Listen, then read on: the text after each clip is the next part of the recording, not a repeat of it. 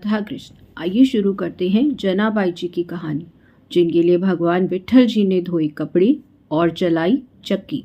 जनाबाई जी का जन्म गोदावरी तट पर गंगाखेड़ नामक एक ग्राम में हुआ था।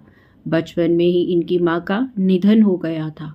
इनके पिता इन्हें भगवान विट्ठल के दर्शन के लिए पंढरपुर लाए और वहां उनकी भी मृत्यु हो गई। जनाबाई जी के हृदय में भगवत प्रेरणा से यह बात आई कि अगर कोई भक्त उन पर कृपा कर दे तो उन्हें भगवान की साक्षात्कार हो जाएगा। इसलिए जनाबाई जी ने 8 वर्ष की आयु में नामदेव जी महाराज की सेवा करना स्वीकार कर लिया। नामदेव जी निरंतर भजन परायण थे और निरंतर भगवान की सेवा में ही डूबे रहते थे। नामदेव जी जैसे महात्मा के यहाँ सेवा मिल जाना मतलब प्रभु की सेवा से बड़ी सेवा मिल जाने जैसा था। जनाबाई जी के हृदय में एक ही बात थी, नामदेव जी को प्रसन्न कर ले। जनाबाई जी अब नामदेव जी के पूरे परिवार की तन्मयता के साथ सेवा करती थी। आटा पीसना, भोग तैयार करना, बर्तन मांजना, झाड़ू पोछा लगाना, कपड़े धोना, सब कार्य वह स्वयं ही करने लगी थी। जनाबाई जी को सेवा में बड़ा ही आनंद आता था। नामदेव जी की सेवा और संग का प्रभाव था, उनका निरंतर नाम जाप अब चलने लगा था। जो नामदेव जी जप और कीर्तन करते थे वही जनाबाई भी कीर्तन और नाम स्मरण करने लगी थी। नाम स्मरण करते समय जब वह पोछा लगा रही होती तो एकदम से उनके हाथ रुक जाते और अश्रु चलने लगते। प्रभु के लिए विकलता प्रकट होने लगती। श्री जनाबाई जी की भावदशा आने लगी थी। उनके हृदय में भगवान विट्ठल के प्रति प्रबल आसक्ति होने लगी थी। जब कभी सेवा के बाद कुछ समय मिलता तो वो मंदिर में जाती और ठाकुर जी को देखती ही रहती। ठाकुर जी को देखते देखते उनको एकदम से ही विकलता होती और वह रोने लगती। जब आनंद बढ़ता तो वह नाचने लगती। जनाबाई जी की यह दशा केवल श्री नामदेव जी की सेवा करने की वजह से ही हुई थी। जनाबाई जी सभी कार्य करते हुए सावधानी रखती थी, सेवा में कोई त्रुटि न हो जाए, नाम विस्मरण न हो। ऐसे जनाबाई जी श्री नामदेव जी की सेवा में मगन रहने लगी थी। वह सावधान रहती थी वे अपनी स्थिति में इतना ना डूब जाए कि कहीं उनसे नामदेव जी की सेवा ही छूट जाए, क्योंकि सेवा भक्त की प्रसन्नता के लिए भक्त की प्रसन्नता से ही विट्ठल भगवान रीझ जाएंगे।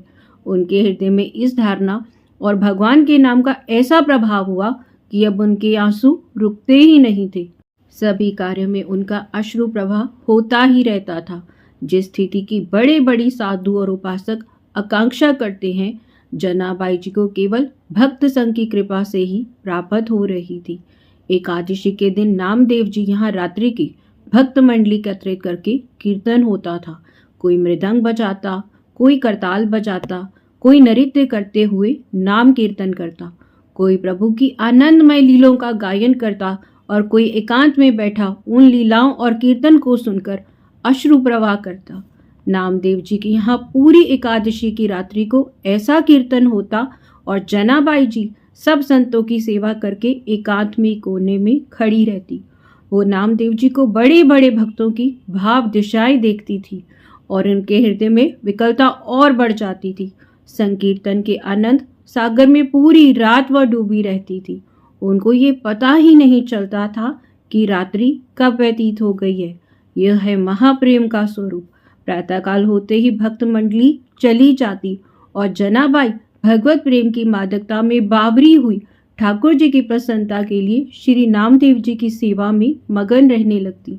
एक दिन एकादशी की रात्रि जनाबाई भाव में ऐसी डूब गई कि सुबह हो गई और उनकी सेवा बाकी रह गई।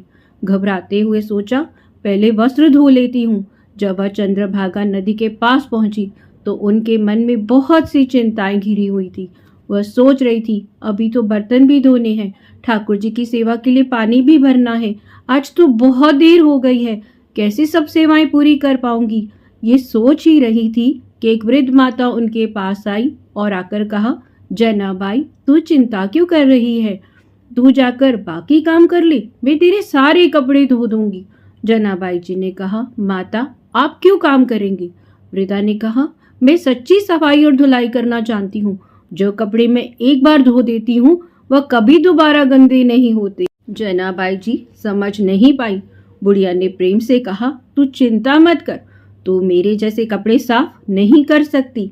जनाबाई जी ने कहा, अब मुझे तत्काल नामदेव जी के घर जाना होगा, क्योंकि मैंने तो बर्तन भी नहीं धोए हैं। वह ये कहकर कपड़े वहीं नदी पर छोड़कर चली गई। जनाबाई बर्तन धोकर जल भरकर वापस आई तो देखा उन माताजी ने सब कपड़े धोकर सुखा दिए थे। जनाबाई जी ने देखा सारे कपड़े एकदम साफ हो गए थे। जनाबाई ने हाथ जोड़कर कहा, आप जैसा उदार तो मुझे जीवन में कोई नहीं मिलेगा। जनाबाई ने बोला कि आपका बहुत आभार मानती हूँ। मैया ने कहा, आभार की क्या बात है, मैं तो तुम्हारी ही हूँ। और मुस्कुराते ही वह वृद्ध माई वहां से चली गई। जाते जाते उन्होंने कहा, अगर कभी भी कोई ज़रूरत हो तो मुझे याद करना। तुम जब याद करोगी मैं तुम्हारी सेवा में उपस्थित हो जाऊंगी। जनाबाई जी भाव में डूब गई, क्योंकि उस वृद्धा की मुस्कुराहट उनको हृदय तक आनंद से वर्धन कर गई थी। जब चेतना आई तो सोचा, मैंने तो पूछा ही नहीं कि माँ आप कहाँ रहती हो और आपका नाम क्या है। उन्होंने आसपास देखा, वृद्धा कहीं दिखाई नहीं दी। अब तो हृदय में विकलता हुई कि शरीर तो इतना वृद्ध था, फिर कैसे हवा की तरह भाग गई, वो कौन हो सकती है। जनाबाई जी सब कपड़े लेकर घर पहुंची। उनका हृदय बहुत व्याकुल था।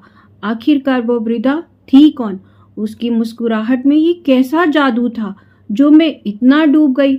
मेरा चित्त बार बार उनकी चिंतन में क्यों जा रहा है। जनाबाई गदगद कंठ से नामदेव जी के समीप गई और पूरी घटना सुनाई। नामदेव जी ने तत्काल जनाबाई से कहा, अरे वह कोई और नहीं था, वो तो स्वयं विट्ठल जी ही थे। नामदेव जी को बहुत आश्चर्य हुआ कि विट्ठल जी जनाबाई से कितना प्रेम करते हैं। स्वयं आकर उसके लिए गंदे कपड़े धो गए। कैसा महिमामय स्वरूप है भक्ति का। श्री नामदेव जी ने कहा, जनाबाई तेरा तो अहो भाग्य है, तेरे ऊपर तो ठाकुर जी की कृपा हुई है और तू समझ नहीं पाई। अब तो जनाबाई के हृदय में प्रणय खौफ बढ़ गया कि प्रभु आए और ऐसे छलिया रूप लेकर आए। जनाबाई रोने लगी।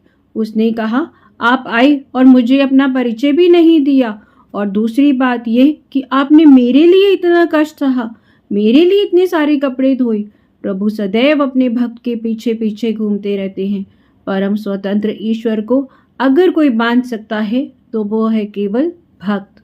एक बार जनाबाई जी प्रेम के मगन होकर झाड़ू लगा रही थी।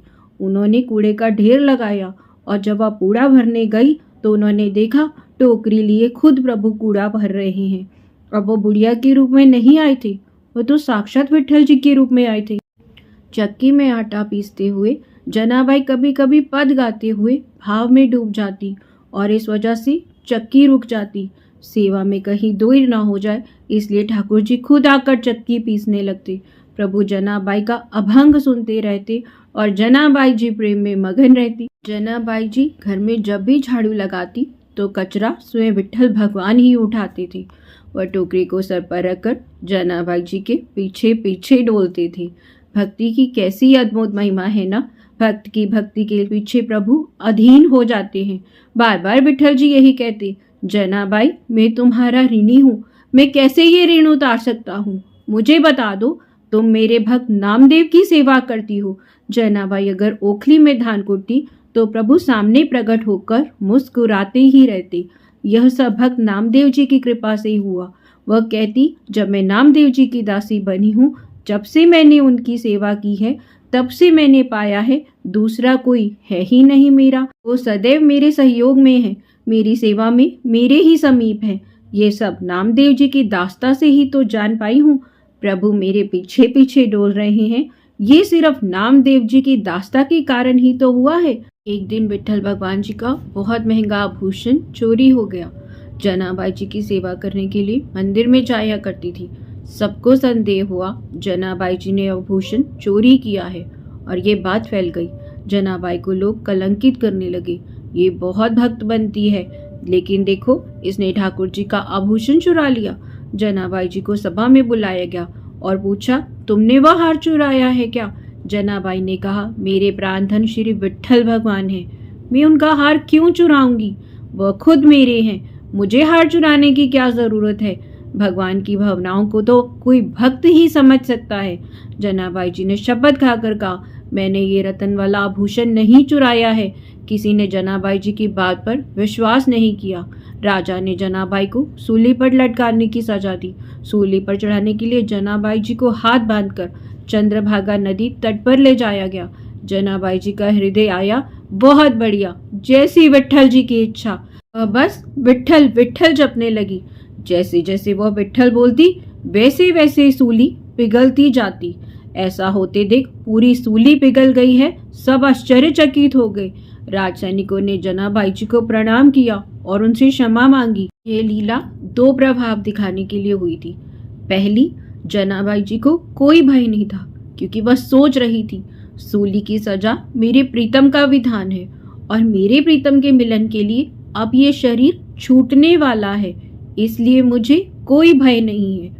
और दूसरी बात यह है कि भक्त कितनी भी महिमा से युक्त होता है, इससे प्रभु दिखाते हैं कि उनके भक्त को प्रकृति का कोई भी प्रहार विचलित नहीं कर सकता, नष्ट नहीं कर सकता। एक बार कबीरदास जी महाराज श्री नामदेव जी के दर्शन करने जा रहे थे, तो उन्होंने देखा कुछ शोरगुल हो रहा है।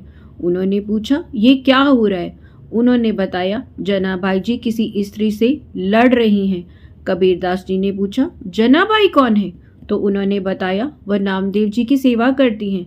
वह नजदीक गए और पता लगा कि लड़ाई गोबर के कंडों पर हो रही है।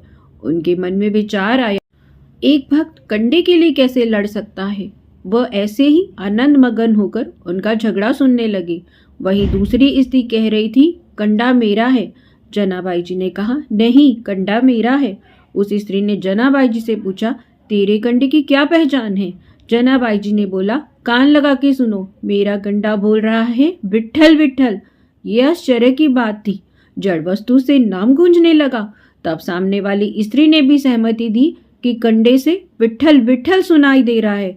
तो कबीरदास जी को लगा, देखा जाए ये बात कितनी सच है। कबीरदास जी ने कंडे को कान लगाया तो विट्ठल विट्ठल सुनाई दिया। उन्होंने जनाबाई जी के चरणों में प्रणाम किया।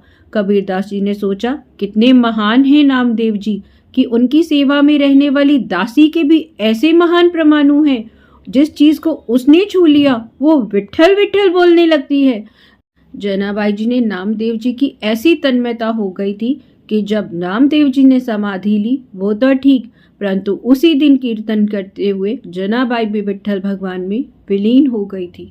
राधा कृष्ण, राधा कृष्ण।